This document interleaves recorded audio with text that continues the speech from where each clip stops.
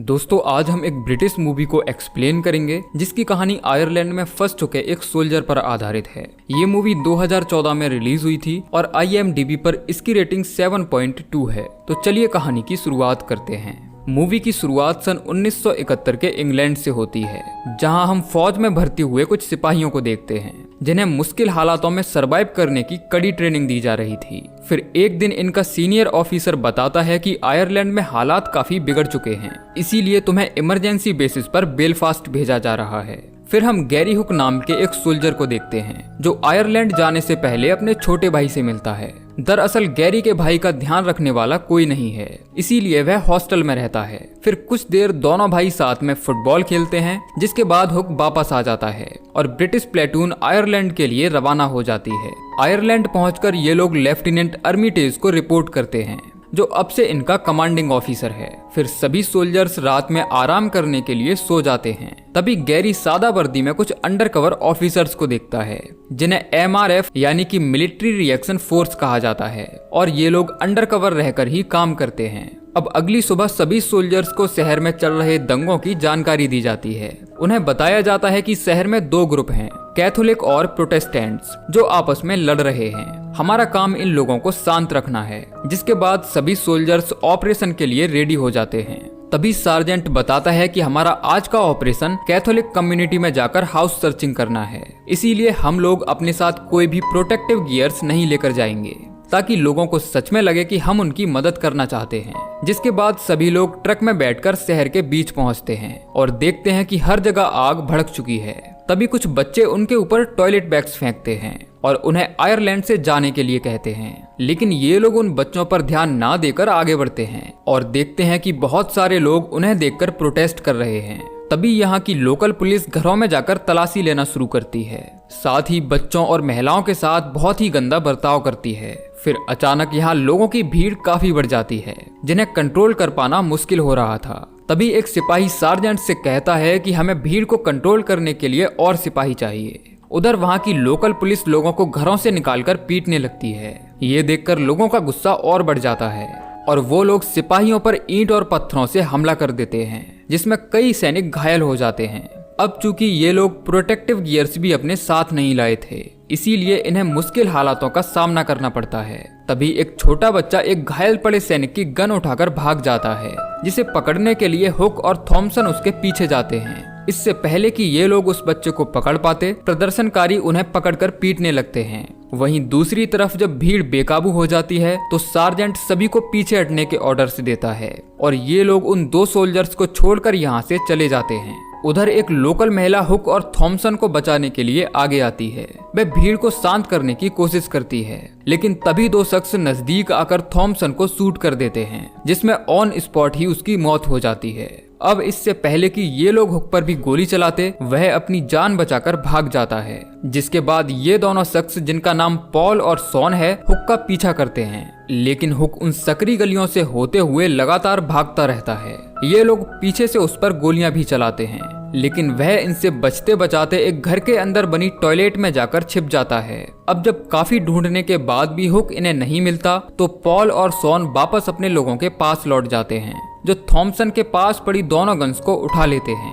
Paul अपने leader Quinn को बताता है कि एक सोल्जर हमसे बचकर भाग गया है, लेकिन जल्दी ही हम उसे ढूंढकर मार देंगे। वहीं हम हुक को देखते हैं, जो अंधेरा होने तक उसी टॉयलेट के अंदर छिपा रहता है, इस उम्मीद में कि शायद कोई यहाँ उसे रेस्क्यू करने आ जाए। वहीं अंधेरा होने के बाद सार्जेंट अर्मिटेज थॉमसन की बॉडी लेने वापस आता है। तभी हुक देखता है कि घर के अंदर कुछ कपड़े टंगे हुए हैं, जिसके बाद वह अपनी यूनिफॉर्म निकालकर सादा कपड़े पहन लेता है और बेस कैंप की तलाश में निकल जाता है।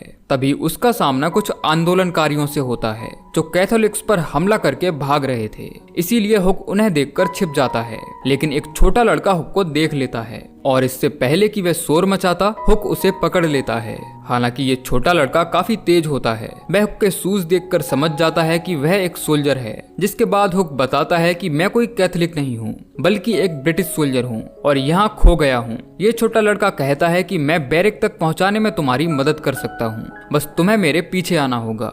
अब हुक उस छोटे बच्चे पर भरोसा करके उसके पीछे पीछे चल देता है। ये लड़का बताता है कि मेरा नाम बिली है और मेरे डैड भी एक सोल्जर थे, लेकिन फेनियंस ने उन्हें मार दिया, इसीलिए मैं भी फौज में भर्ती होकर सभी फेनियंस को मारना चाहता हूँ। तभी सड़क पर खड़े कुछ लोग हुक का रास्ता रोक लेते हैं, लेकिन ये लोग बिली के अंकल के लिए काम करते हैं, इसीलिए इन्हें आगे जाने दिया जाता है। फिर बिली हुक को लेकर एक बार में जाता है, जहां उसकी मुलाकात ब्रिटिश आर्मी के एक अंडरकवर सार्जेंट लुइस से होती है, जो दरअसल यहाँ छिपकर एक टाइम बॉम्ब तैयार कर रहे थे। लुइस हुक से कहता है कि घबराने की कोई बात नहीं है, तुम यहाँ सेफ हो, मैं जल्दी ही तुम्हारे सार्जेंट से बात करके तुम्हें यहाँ से निकलवा दूंगा, तब तक तुम यहीं रुककर मेरे वापस आने का वेट करो। जिसके बाद वह हुक से उसका डॉग टैग लेकर कैप्टन सैंडी के पास जाता है। तभी बिली भी हुक के पास आकर बैठ जाता है। फिर हुक बाहर जाकर लुइस के आने का वेट करने लगता है।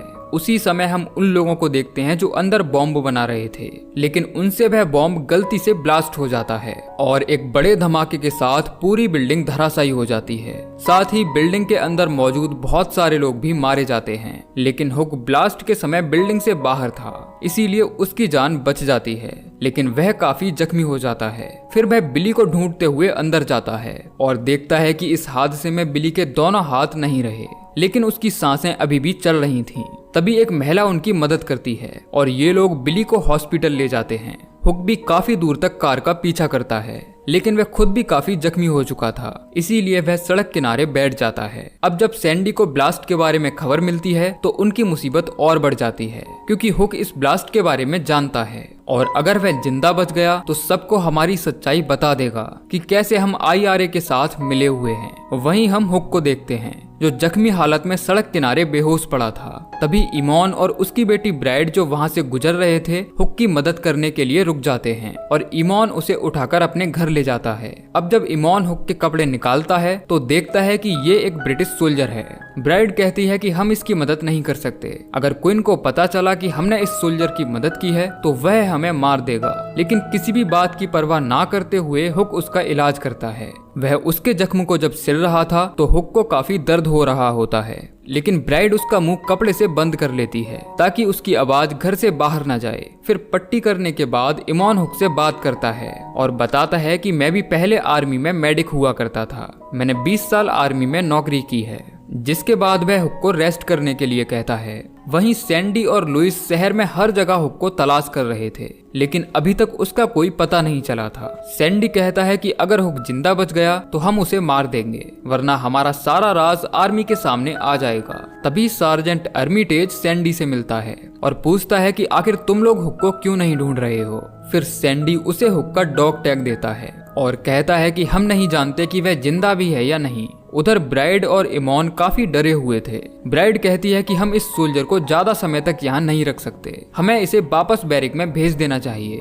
अगर क्वीन को पता चला कि हमने इस सोल्जर की मदद की है तो वह हमें मार देगा। जिसके बाद इमॉन एक जासूस को फोन करके अपने घर बुलाता है जो सैंडी के लिए काम करता है। वह उसे बता देता है कि हुक उनके पास है, लेकिन इमॉन ये नहीं जानता था कि वो लोग हुक को मारना चाहते हैं। जब ये बात सैंडी को पता चलती है तो वह अपनी टीम के साथ आगे बढ़ता है। वहीं क्वीन को भी पता चल जाता है कि हुक इमॉन के फ्लैट में छिपा हुआ है, जिसके बाद वह भी उसे मारने के लिए अपनी गैंग के साथ निकल पड़ता है। उधर हुक इमॉन और ब्राइड को बात करते हुए सुन लेता है और जब उसे पता चलता है कि सैंडी यहाँ आने वाला है तो वह अपना चाकू लेकर घर से भाग जाता है। उसी समय क्वीन बिल्डिंग के अंदर आता है और इमॉन के घर में घुसकर पूछताछ करता है। जब हुक इन्हें नहीं मिलता तो क्वीन ब्राइड पर गन पॉइंट कर देता है, जिसके बाद ब्राइड उसे पूरा सच बता देती है।